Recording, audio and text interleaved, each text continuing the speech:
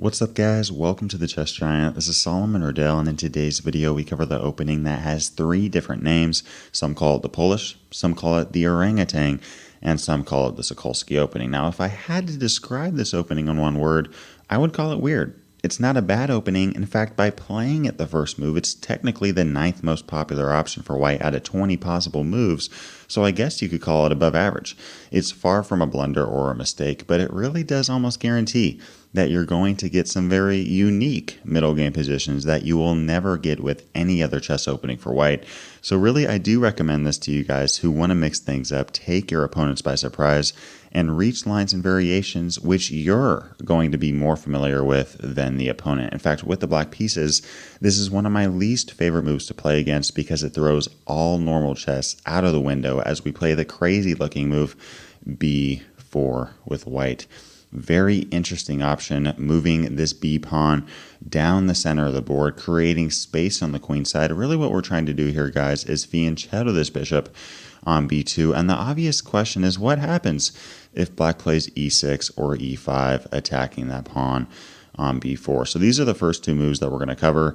And finally, we're going to cover what happens if black just ignores the pawn on b4 by playing a move like d5 or knight f6. Now here in this position, let's first cover the move e6. e5 is the main line for black, but sometimes you're going to see black just play the quiet move e6, attacking that pawn on b4. Well, here in this position, we don't really care about our pawn on b4. In fact, we're simply going to continue to fianchetto our bishop with bishop b2. And I have seen it before where black will just snatch that pawn on b4. The issue now is that this bishop no longer defends the pawn on g7.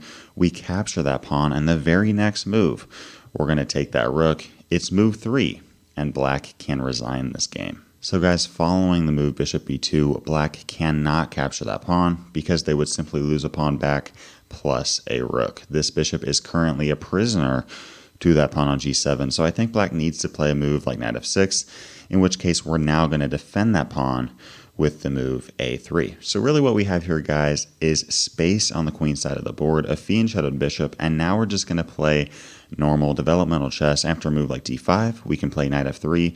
Notice how we're really trying to fight for the dark squares in the center of the board of d4 and e5. And if black ever plays the move c5, trying to undermine our space advantage on the queen side of the board, that's okay. We'll simply take that pawn back, and against a move like bishop takes c5, continue with e3, and the very next move, play d4 with tempo against the bishop.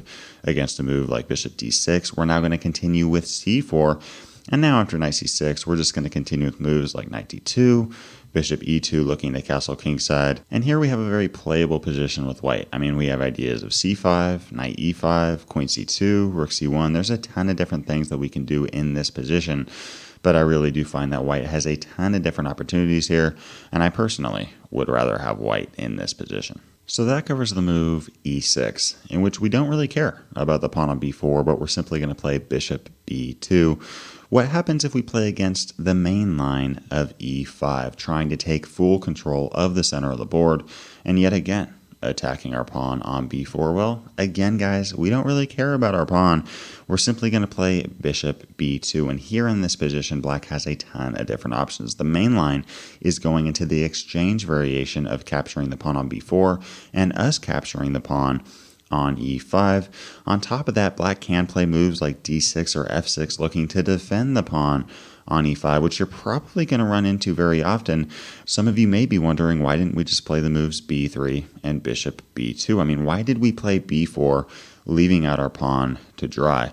Well, guys, really the main idea is that against the move b3, black could simply play a move like knight c6, and we have a somewhat normal looking game. I mean, black can play knight c6, knight f6, bishop e7, castle kingside. Everything's pretty normal, but in this position, if black plays knight c6 defending the pawn, well, now we don't have a pawn on b3, but a pawn on b4, and we're able to march this pawn down the board with b5, attacking that knight. Notice if this knight goes to somewhere like a5 or e7, we simply win the pawn.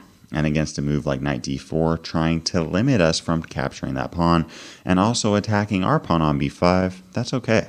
we're simply going to play e3, now defending that pawn on b5, and the very next move, we're going to capture that pawn, and here white is simply better. So y'all, this b4 move really does create some issues for black, as knight c6 is no longer an option. We're going to cover the move bishop takes b4, but let's first cover the option of what happens if black defends the pawn on e5 with d6 or f6, which you're going to run into often. Let's first cover the move d6. Now against this move, I really do like when white even creates more of an imbalance with c4, expanding on the queen side of the board. And now against a move like knight f6, we're simply going to continue with moves like e3, bishop e2. Notice how there's not really much black can do from stopping us from our game plan of just playing knight f3. And now against a move like castling kingside, we now play the move d3. In a lot of ways, this position reminds me of a Sicilian defense type structure. Pawns on e3 and d3, and pawns on b4 and c4. Now here in this position, I do think that the best move for black is probably to play a5, trying to undermine our queen side. But against the move a5, we're always prepared with b5, even making more space on the queen side of the board. And if black doesn't play a move like a5, that's okay. We're simply going to castle kingside here. Against a move like knight d7, continue with knight bd2. And now if c6, we can continue with the move like queen c2. But guys, something that I really like about this position is that we have a ton of flexibility. We could play moves like a3, a4, h3, rook c1. There's a ton of different things that we can do here. I personally kind of like the move queen c2, and this has been seen with success at the master and grandmaster level. Now against the move queen e7, we see the move rook fe1. It never hurts in chess, guys, to point your rook towards the opponent's king or queen, because you never know when things are going to break open. There was a grandmaster game, in fact 2 grandmaster games, that continued with black playing the move knight f8. Part of the reason I like this queen c2 move so much is that it prepares the move c5 for whenever this knight gets out of the way. I mean, guys, eventually this knight is going to have to move if black wants to get these other pieces involved. And whenever black does do this, okay, we'll play c5, expanding on the queen side. If black takes our pawn on c5, that's okay. We'll simply take back with the b pawn, and I really like white's game there. And if a move like knight 6 to d7, really trying to defend these pawns, well, here we can simply take that pawn on d6 and continue with knight c4 against the queen. I believe that here black should probably continue with a move like queen c7, in which case we can continue with something like h3 and continue to really put some pressure on the queen side of the board. Now the big question here though is, why can't black just take the pawn on b4? Well, now this runs into bishop a3, and notice here how this queen really only has one safe square, and that is queen b5. Definitely not where this queen was thinking it would be in just a couple moves. And now we have knight d6, forking both the queen and the rook on e8. White is simply winning this position. So y'all, that really covers the move d6, in which case we're going to play c4, creating more of an imbalance in this game. We're going to continue with moves like e3, just naturally develop our pieces with knight f3, bishop e2, castle kingside, and eventually really reach a Sicilian type position and pawn structure with our pawns on e3, d3, c4, and b4, and we're just playing chess. Now guys, sometimes in this position you're going to see the move f6, looking to defend the pawn and still maintain the threat on our pawn on b4. Now here in this position, we can play it safe with a move like a3, and by the way, that is completely fine.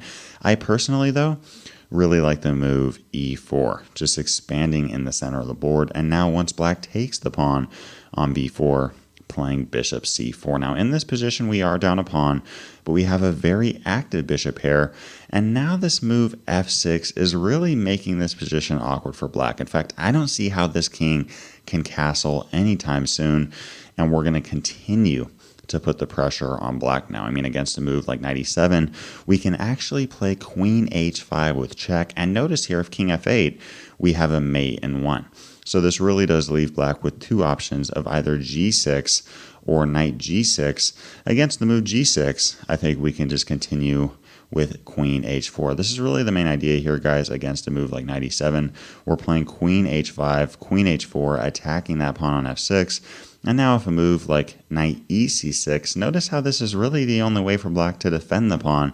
Rook f8 can't be played because we say thank you for the pawn on h7, and king f7 can't be played because it's literally not a legal move. So now against a move like knight ec6, trying to defend the pawn with the queen, we now play the move f4, and I absolutely love this position for white. I mean, this bishop on c4 is very active, not to mention this bishop on b2 really striking down on e5, and once this pawn moves, that pawn on f6. This pawn on f4 is currently putting pressure on e5. We have a very active queen.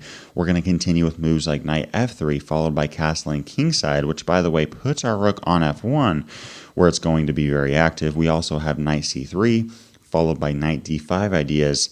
This is a very difficult position to play with as black. So y'all, that covers the move g6, in which case we simply see the idea of queen h5, queen h4 attacking that pawn, continuing by playing f4 in almost an improved king's gambit type fashion, and I like white's game. Now what happens if the move knight g6 is played? There's a couple of different ways we can play this. One of them is by simply playing the move knight f3 with the idea of playing knight h4, then attacking that knight, and also eyeing that f5 square. I personally really think that this f4 option is a ton of fun. Threatening to play f5, attacking that knight on g6, which, by the way, is currently pinned to the king on e8, which can't castle.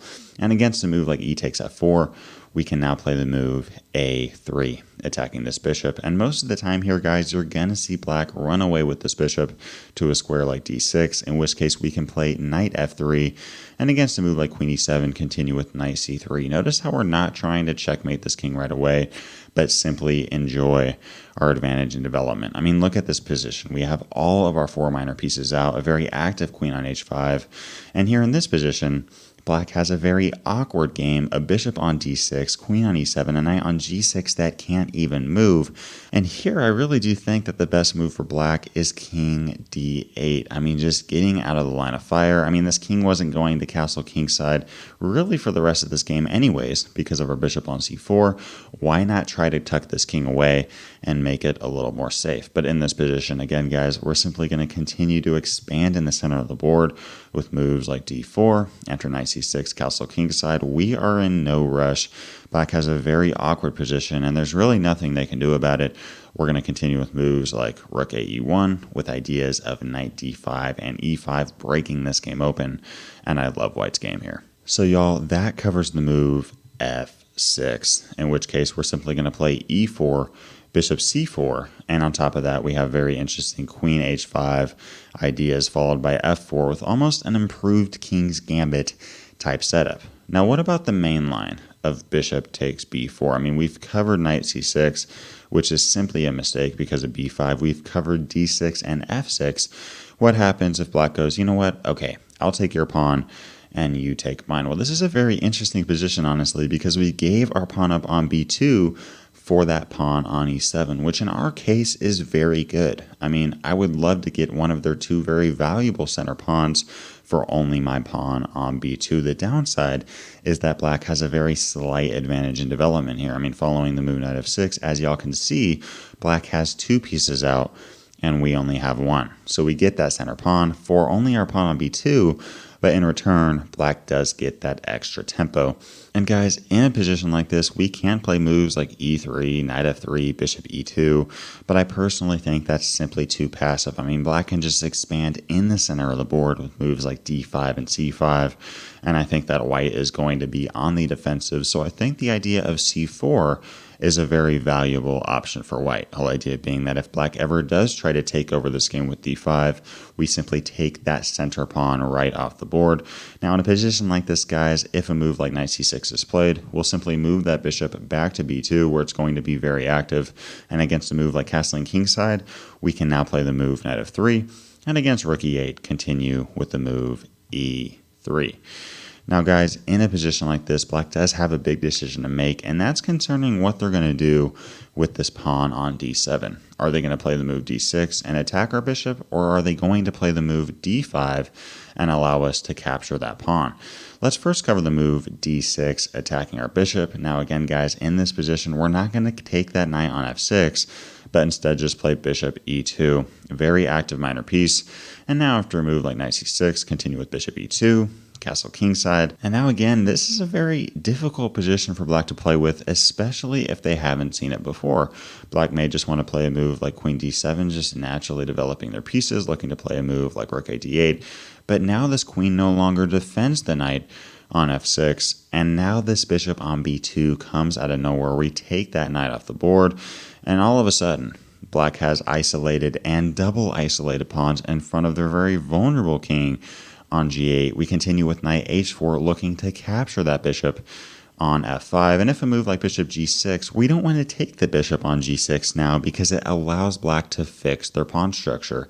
Black has very terrible pawn structure with this isolated pawn and double isolated pawns. Why would we give them the opportunity to fix that all away in one move? Instead, we're simply going to expand in the center of the board with a move like d4.